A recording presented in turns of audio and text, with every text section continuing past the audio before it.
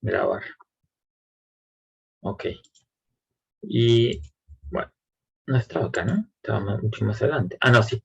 Entonces, les venía diciendo, bueno, algunas bacterias tienen la particularidad de tomar nitrógeno de la atmósfera y por una enzima, que se llama nitrogenasa, ese nitrógeno lo transforman en nitratos, en NO2. Esto no es nitrógeno orgánico, pero es un nitrógeno en un compuesto, en una molécula que está que queda en el suelo, digamos, no está en el aire. Y ese nitrato lo toman las plantas y lo incorporan el nitrógeno lo incorporan a las proteínas y las moléculas como el ácido nucleicos, los ácidos nucleicos que tienen nitrógeno. Eso lo hacen las enzimas de las plantas, pueden transformar estos nitratos en compuestos orgánicos que tienen nitrógeno. Los animales obtienen esos compuestos orgánicos con nitrógeno de las plantas o de otros animales, y después cuando se mueren las plantas y se mueren los animales, los microorganismos van descomponiendo, van partiendo en pedacitos todos esos compuestos orgánicos, y en particular la parte del nitrógeno que tienen esos compuestos orgánicos se transforma en amoníaco, y hay bacterias que se llaman nitrificantes que transforman ese amoníaco en nitritos, y otras que transforman esos nitritos en nitratos, que nitratos debería ser NO3, ¿no? No sé por qué quedó eso así. Y después hay otras bacterias que lo transforman en nitrógeno atmosférico y vuelve el ciclo, ¿no? Por eso es un ciclo. Partí de nitrógeno atmosférico y llega a nitrógeno atmosférico. Entonces dice, vamos a hablar en particular de las bacterias nitrificantes y las desnitrificantes, ¿no? Las nitrificantes serían las que arman, las que pueden fabricar nitritos o nitratos, y las desnitrificantes son las que transforman los nitratos en nitrógeno atmosférico. Estas de acá son las desnitrificantes y estas de acá son las nitrificantes. Dice, los microorganismos que pueden crecer de manera quimio-litotrófica a expensas de los compuestos inorgánicos de nitrógeno reducido, amoníaco y nitritos se llaman nitrificantes. Entonces, estas bacterias que pueden utilizar como fuente de energía el amoníaco o el nitrito se llaman bacterias nitrificantes, y hacen un tipo de metabolismo que es litotrófico, porque obtienen energía de un compuesto inorgánico. Y después dice, los microorganismos que crecen mediante respiración anaerobia de nitratos o nitritos para dar productos gaseosos como el óxido nitroso o el nitrógeno son las bacterias desnitrificantes. Entonces, estas que están acá utilizan el nitrato como aceptor final en la cadena de electrones, hacen respiración anaerobia, es decir, generan su energía a partir de un compuesto orgánico, pero el aceptor de electrones final, en lugar de ser el oxígeno, es el nitrato. Estas son las bacterias desnitrificantes. Estas hacen respiración anaerobia y estas hacen litotrofia, ¿sí? Y dice bacterias arqueas porque algunas de ellas son arqueas. No sé cuál en cuál de los dos grupos hay arqueas y en cuál hay bacterias, pero por ahí más adelante lo dice. Estas bacterias que están acá, que están haciendo del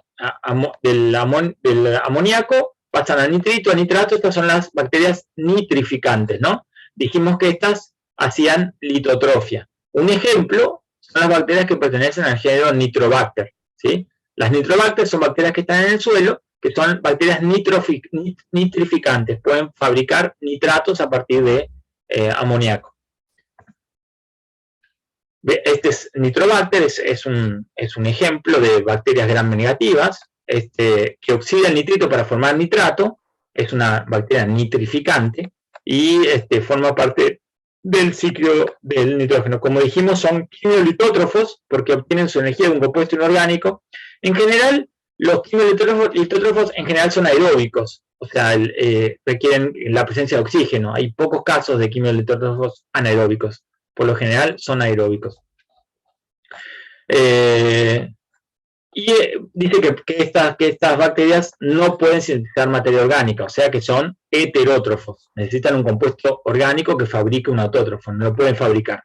No tienen ciclo de Calvin, no tienen ningún metabolismo para fijar CO2. Después están las bacterias fijadoras de nitrógeno, que también vimos que estaban en ese ciclo de nitrógeno y que tenían la capacidad de tomar nitrógeno y transformarlo en un compuesto como el amoníaco, ¿sí? Para eso utilizan una enzima muy particular que se llama nitrogenasa.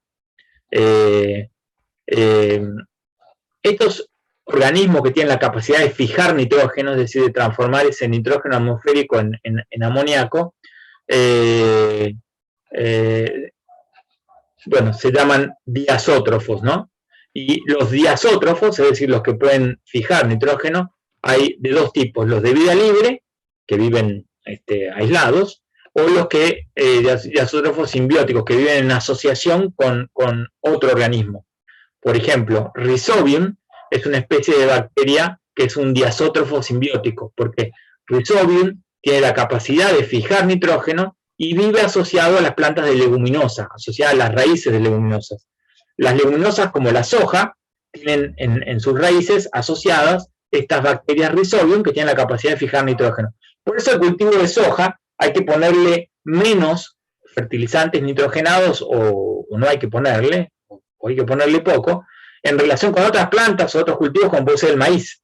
¿Sí? Al maíz se le tira mucho fertilizante, a la soja se le tira muy poco o no se le tira. ¿Por qué? Porque la soja tiene per se en las raíces asociadas estas bacterias de Rhizobium que tienen la capacidad de fijar nitrógeno y transformarlo en nitratos, en amoníaco, en nitratos, en nitritos, que es lo que necesita la planta para crecer, que es lo que yo le pongo como fertilizante sintético. Le pongo esos compuestos. Entonces, además de eso, en el suelo hay bacterias de vida libre que tienen la capacidad también de fijar nitrógeno y hacen que el suelo sea más fértil. Cuanto más de esas bacterias existan en el suelo, bueno, más nitrógeno va a fijar, más nitratos, nitritos voy a encontrar en ese suelo.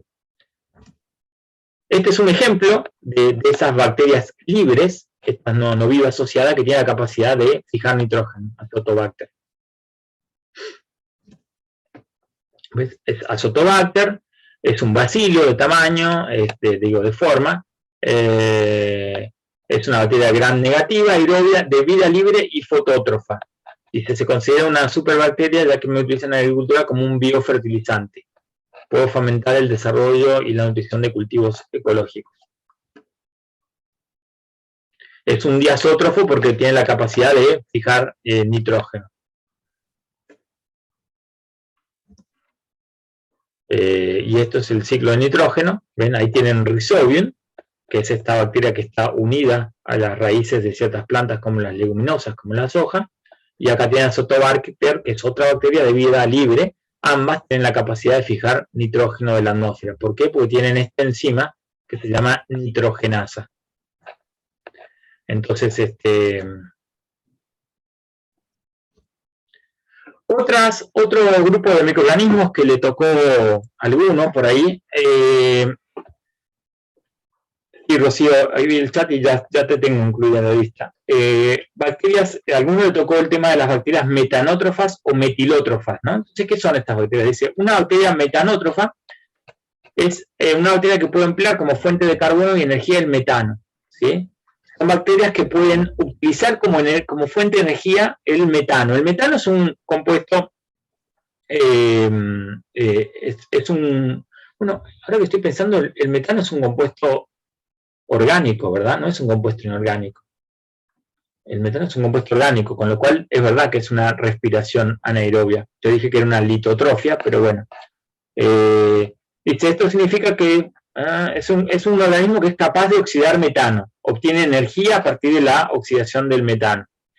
Y estas son las metanótrofas. Y las metilótrofas obtienen energía a partir de la oxidación de compuestos que no tienen enlaces carbono-carbono, o sea que tienen un solo átomo de carbono como el metanol, ¿no? El metanol es un compuesto que tiene un carbono unido a dos hidrógenos y a un oxidrilo. Entonces las metilótrofas obtienen energía a partir de compuestos de ese tipo, que tienen solamente un átomo de carbono, y las metanótrofas lo obtienen a partir del metano. Lo importante es que sobre todo, las que obtienen su energía a partir del metano, quiere decir que tienen la capacidad de oxidar metano y transformarlo en CO2. Y eso sería positivo desde el punto de vista del calentamiento global, ¿no? Porque el metano es uno de los gases que causa el calentamiento del planeta. Y estas bacterias toman metano de la atmósfera y lo transforman en CO2, que también causa calentamiento, pero en menor medida. Es mucho más peligroso, mucho más dañino en términos de efectos sobre el calentamiento el metano que el dióxido de carbono. Así que estas bacterias, si quieren, hacen un bien a la humanidad, ya que eliminan moléculas de metano, en realidad no las eliminan, las transforman en dióxido de carbono, que es menos peligroso que el metano en términos de su efecto en el calentamiento del planeta.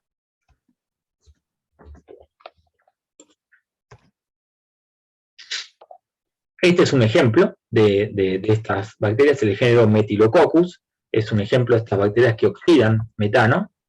A ver qué dice, me nutro del gas metano, y además estas bacterias tienen la capacidad de oxidar metano y además producen ciertos compuestos orgánicos que son nutritivos, que son utilizados para alimentar peces, vacas, cerdos, etc. Entonces, estas bacterias están siendo utilizadas para fabricar estos alimentos para ganado. Además, dice, además soy tan interesante que hasta la NASA quiere llevarme al espacio, ya que gracias a mí los astronautas se van a poder alimentar de sus propios excrementos, reciclando sus desechos a través de la descomposición aeróbica. O sea, como que la descomposición aeróbica de los excrementos produce metano y estas bacterias pueden a partir de ese metano transformarlo, oxidarlo en CO2 y con ese CO2 fabricar compuestos orgánicos como proteínas. Y de hecho, esto se está haciendo. Pero no creo que nadie quiera hacer eso. ¿Por qué no?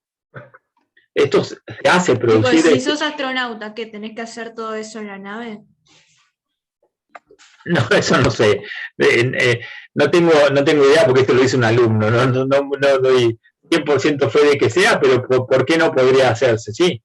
Lo que dice es si vas a hacer un viaje muy largo, quizás los desechos del excremento que se transforman en metano se puedan reutilizar para volver a formar compuestos orgánicos. Igual eso, repito, fue un trabajo de un alumno que habría que chequear, pero no me parece que sea inviable a primera vista.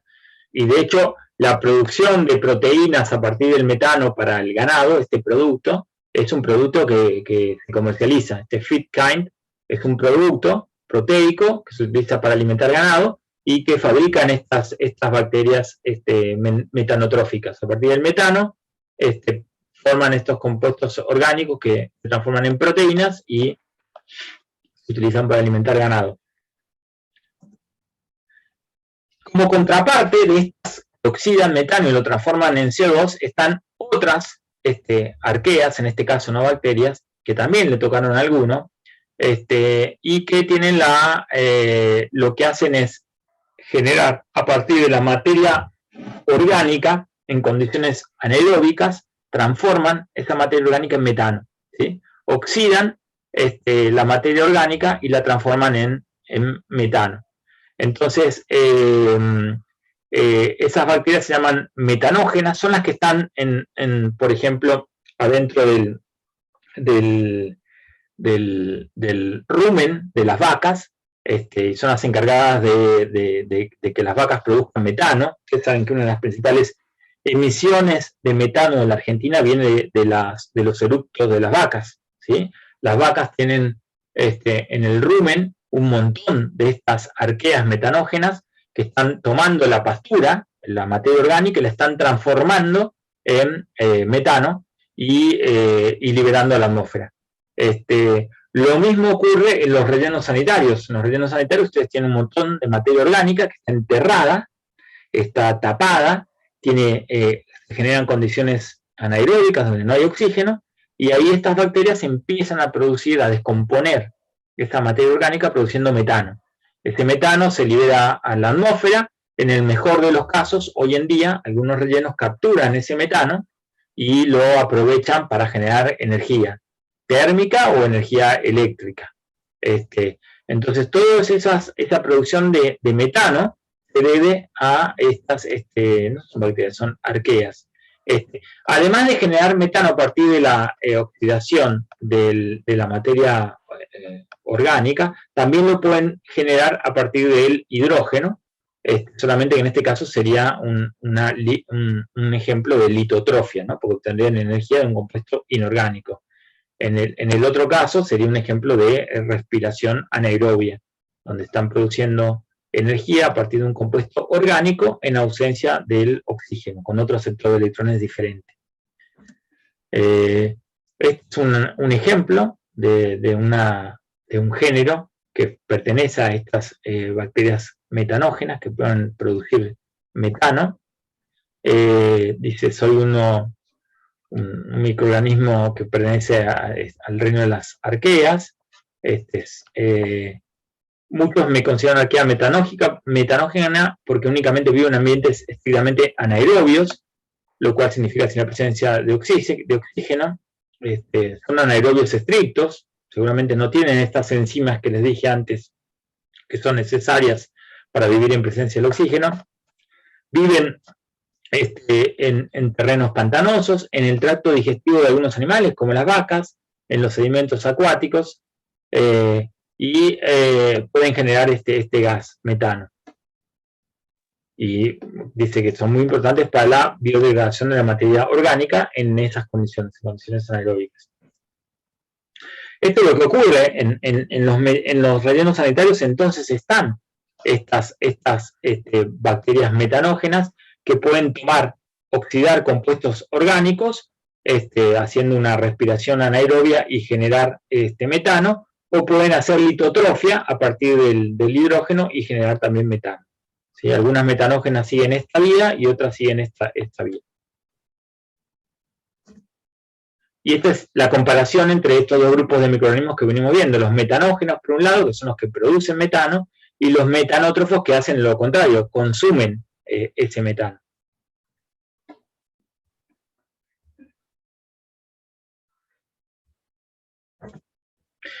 Después también estuvimos hablando que algunos hicieron descripciones vinculadas a organismos extremófilos.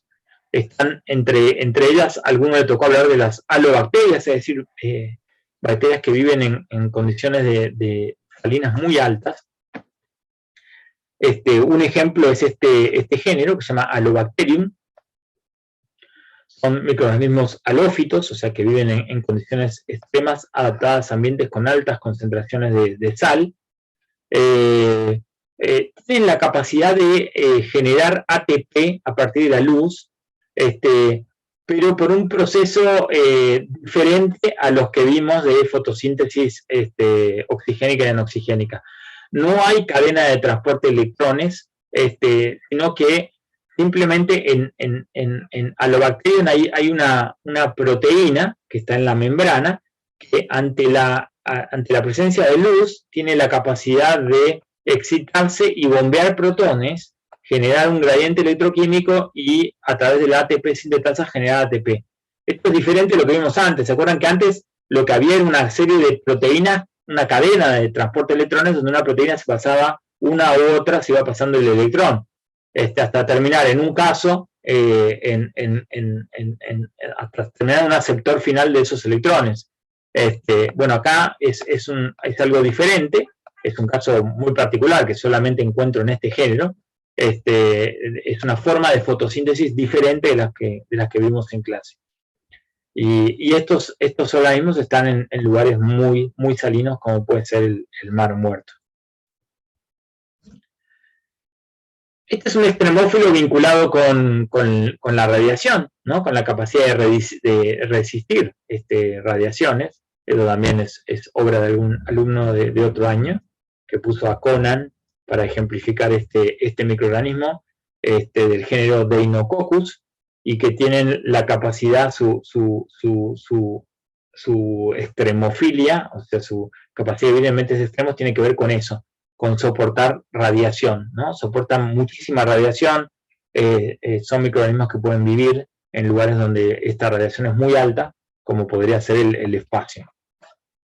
¿Ves? Dice, debido a estas características se ha sugerido que soy una bacteria capaz de sobrevivir en el espacio exterior, porque es resistente a esa radiación. La radiación, entre otras cosas, entre otros problemas que causan los seres vivos, causa mutaciones, causa cambios en la secuencia del ADN.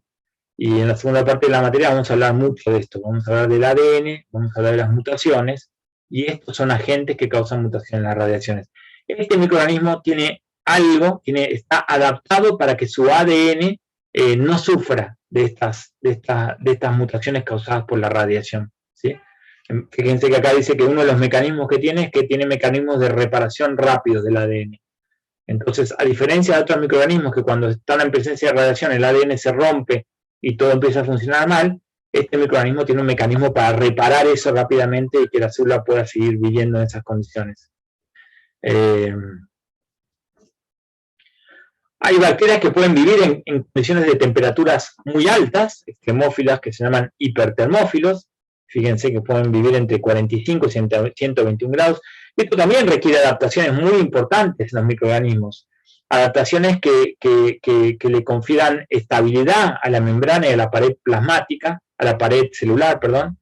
La membrana citoplasmática y la pared celular de estos microorganismos tienen moléculas especiales que les permiten tolerar esta temperatura. Normalmente las membranas se disuelven a esta temperatura, se separan los fosfolípidos y las células mueren cuando se eleva la temperatura. Estas bacterias hipertermófilas tienen ciertas moléculas que permiten que esas membranas, esas paredes celulares, queden firmes frente a esas temperaturas. Y también tienen las enzimas, que son las que llevan adelante todos los procesos dentro de las células, también están adaptadas para resistir la temperatura. Pues las enzimas normalmente, cuando se aumenta la temperatura, se desnaturalizan, pierden su estructura tridimensional y pierden su función. Bueno, las enzimas de estas bacterias, por alguna cuestión vinculada con su estructura, son resistentes a las temperaturas, no pierden su estructura, no se desnaturalizan. Y eso quiere decir que pueden seguir funcionando, pueden seguir catalizando procesos aún a temperaturas de este orden, de 45 a 121 grados. Este es un ejemplo de un género, Thermus, que pertenece a estas termófilas, que es parte de este grupo de termófilas, y hay una enzima en particular que se extrae de este género de bacterias, que se utiliza para una prueba de la cual vamos a hablar en la segunda parte de la materia, pero ustedes conocen muy bien, porque con el coronavirus este test de PCR se puso, bueno, o se escucharon hablar o inclusive se hicieron el test de PCR. Bueno, en la segunda parte de la materia vamos a ver que el PCR es una técnica de biología molecular que permite amplificar una molécula de ADN, y lo hace a través de una enzima que se extrae de este microorganismo, de Thermus. Es una enzima que puede duplicar ADN a temperaturas muy altas. Después, más adelante, vamos a ver por qué es necesario hacerlo a temperaturas altas. Pero lo importante es que esa enzima que está en este microorganismo aguanta temperaturas altas, puede seguir funcionando a esas temperaturas, y por eso se puede utilizar para esta técnica. Requiere temperaturas altas. Esta enzima que se saca de este Thermus aquaticus, sería de la especie, se llama TAC polimerasa, ¿no? Esto acu quiere decir Thermus aquaticus, ¿no? Viene de esta especie, y polimerasa es la enzima. Es una ADN polimerasa, es una enzima que sintetiza ADN. De eso vamos a hablar en la segunda parte. Otros microorganismos interesantes, que por ahí no le tocaban a nadie, pero a mí me parecen importantes, es esta bacteria, Agrobacterium tumefaciens, pertenece a las protobacterias, es de alguna manera pariente cercana de E. coli, y es importante porque en la segunda parte vamos a hablar de cómo construir organismos genéticamente modificados, y vamos a ver que para hacer transgénicos de vegetales, OGMs de vegetales, como en la soja transgénica, se utiliza esta bacteria. Esta bacteria tiene la capacidad de inyectar parte de su ADN a células vegetales. Y eso se utiliza, esa capacidad de inyectar parte de su ADN a células vegetales, se utiliza para meter genes que me interesan que estén en ciertas células vegetales. Como ustedes saben, la soja transgénica tiene un gen que no es propio de la soja, sino que viene de otro microorganismo, que es un gen que le confiere resistencia frente a un herbicida que se llama glifosato. Entonces, ¿cómo transfiero el gen de resistencia al glifosato a la bacteria, a una planta de soja? Lo transfiero utilizando esta bacteria que tiene la capacidad de inyectar ADN a células vegetales. Entonces, por eso me parece importante. Por ahí volveremos nuevamente sobre esto en la segunda parte. También, algunos de los microorganismos que les tocaron describir tenían que ver con la fotosíntesis. Algunos hacían fotosíntesis oxigénica, producían oxígeno. Otros fotosíntesis anoxigénica, no producían oxígeno. Entonces, dentro de los que hacen fotosíntesis oxigénica, tenemos este género que se llama Chlorobium, y acá hay algunas especies representantes del género. Entonces dice, las Chlorobium es un género que pertenece a este grupo de bacterias verdes del azufre. Son bacterias que son estrictamente anaeróbicas, viven bajo la superficie del agua, donde hay poco oxígeno, y realizan fotosíntesis anoxigénica, es decir, el donante de electrones, el dador de electrones, en lugar de ser el agua, como es en la fotosíntesis oxigénica, es otro compuesto, en este caso el sulfuro de hidrógeno. Tiene la capacidad entonces de generar energía de la luz del sol, por eso son fotótrofas, pero lo hacen en condiciones anaeróbicas, no producen oxígeno, hacen una fotosíntesis anoxigénica. Estas Prochlorococcus son un ejemplo de un grupo, es un género que pertenece a este grupo que se llaman cianobacterias, que son muy importantes porque son las responsables de la aparición del oxígeno en la atmósfera. Ustedes saben que a lo largo de la evolución de la Tierra, antes no había oxígeno, en algún momento, hace millones de años, apareció el oxígeno, y apareció gracias a la fotosíntesis oxigénica que llevan adelante estas cianobacterias, como las del género Prochlorococcus. Estas hacen fotosíntesis y producen oxígeno como producto de esa fotosíntesis. Fíjense que más o menos un tercio del oxígeno de la atmósfera terrestre sale de la fotosíntesis que hacen los bosques, fundamentalmente los bosques tropicales, y los otros 2 tercios salen del océano. De esos 2 tercios, 1 tercio sale de organismos que están en el fitoplancton, como estas cianobacterias que mencioné, las Prochlorococcus, son responsables de 1 tercio, y el otro tercio sale de algas, ¿sí? De algas marinas, sale el otro tercio del oxígeno producido en la Tierra. Y esas algas son las que hace un rato mencionaba una compañera, que algunos las definían como plantas, otros los definían como protozoos. Son grupos de microorganismos que suelen estar ahí en el límite. Acá dice, comprenden principalmente algas de agua dulce. Son organismos macroscópicos que se pueden ver a simple vista y que forman el grupo más relacionado que hay con las plantas terrestres, ¿no? Entonces, son también considerados microorganismos dentro de los protozoos y están muy cercanas al reino de las plantas. Las algas rojas también tienen la capacidad de hacer fotosíntesis, son las que comen ustedes en el sushi.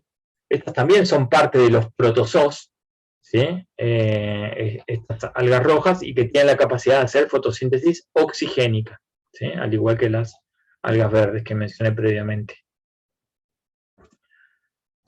Otro microorganismo que me parece interesante es Bacillus thuringiensis.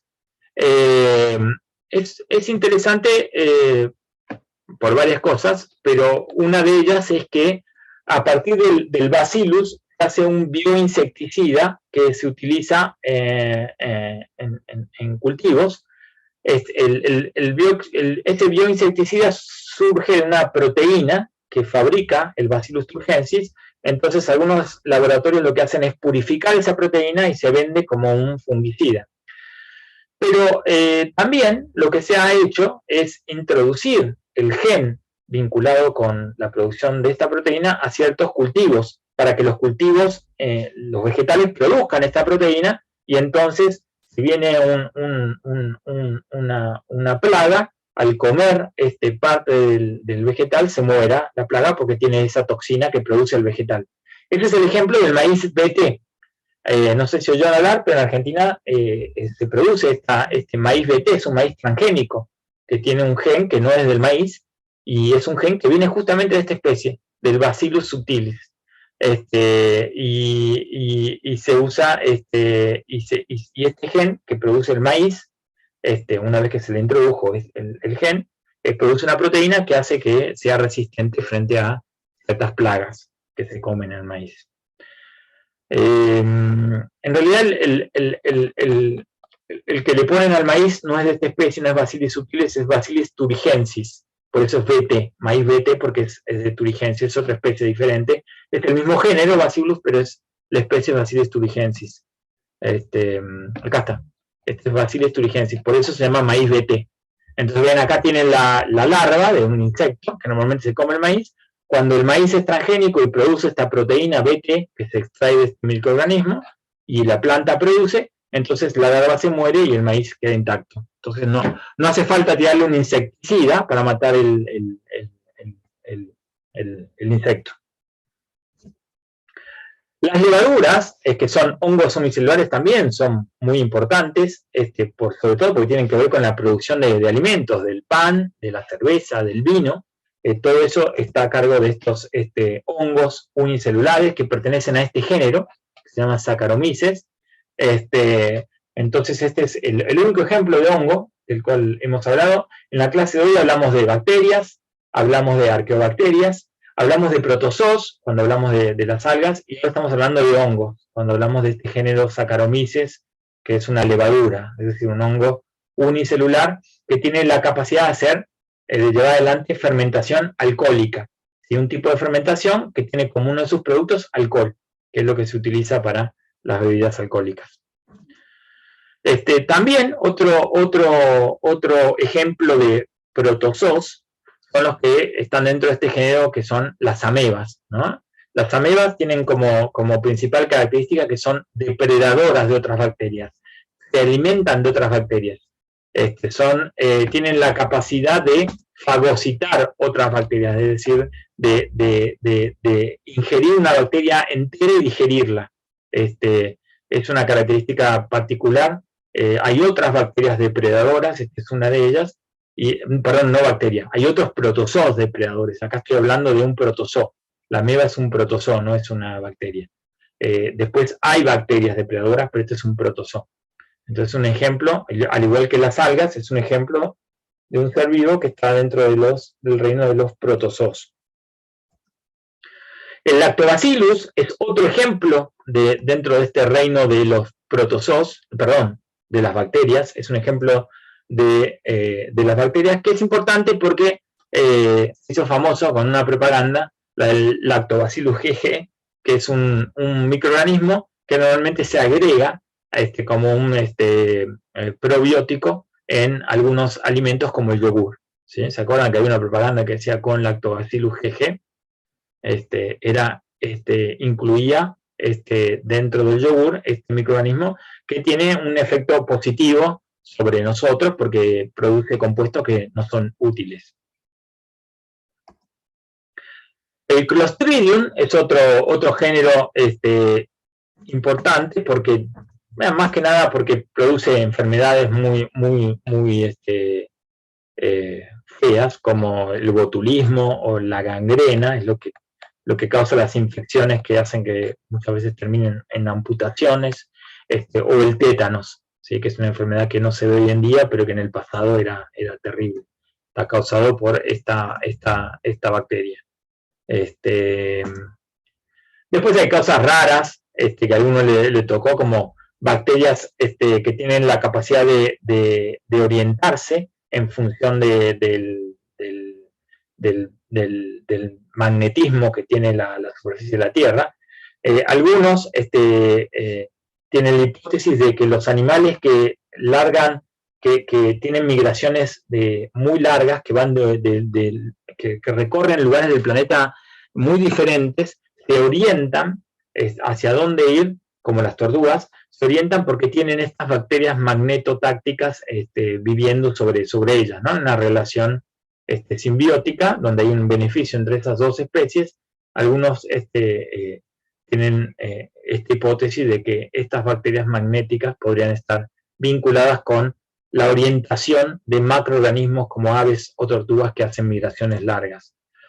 Las bacterias bioluminiscentes, que tienen la capacidad de generar esto, ¿no? Quizás alguna vez tuvieran la oportunidad de ir al Caribe, alguno de esos lugares donde hay bacterias de este tipo, y en la noche mover el agua y ver cómo surgía la luz a través de una enzima particular que tienen esta bacteria que se llama luciferasa y que tiene la capacidad de producir este fenómeno de bioluminiscencia.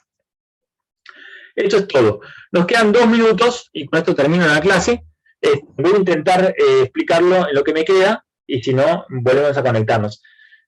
Hay una nueva tarea. En la clase que viene saben que tienen parcial, después están, creo que tenemos dos feriados y después nos reencontramos y recién para el 7 de junio, esta es la fecha límite, 7 de junio a las 12 de la noche, van a tener que subir una nueva tarea. Esta vez, en lugar de asignarles a cada uno un microorganismo o grupo de microorganismos, le asigné a cada uno una enzima específica. ¿Por qué? Porque en la segunda parte vamos a hablar de esto, vamos a hablar de genes y de enzimas. Y las enzimas tienen que ver con procesos, cada una de estas enzimas cumple una función. Entonces, lo que les pido es que, así como hicieron con los microorganismos, solamente que esta vez tienen que buscar en todas las fuentes que puedan. Por supuesto, pueden ir al blog, y recomiendo que vayan al blog como primera fuente, pero también van a tener que buscar en internet, en otros lugares, toda la información que puedan. Por supuesto que en algunos casos no van a encontrar toda la información, hagan lo que puedan, pero lo que les pido es que de la enzima que les tocaron, que le tocó a cada uno, suban al foro, arriba de todo el nombre de la enzima. Si tiene varios nombres, ponerlos, porque a veces van a encontrar enzimas que tienen un nombre común, como puede ser la rubisco, es la enzima que tiene que ver en el ciclo de Calvin con la fijación de CO2. Y normalmente hablamos rubisco. Pero el nombre completo es de abajo, ribulosa 1,5-bifosfato carboxilasa oxigenasa. Entonces, si hay más de un nombre, pongan los dos nombres, estos arriba de todo, ¿no? Cuando suban el posteo al foro, pongan arriba de todo el nombre. Nos va a cortar, así que por favor conéctense, que son 2 minutos más, para terminar de explicarlo bien.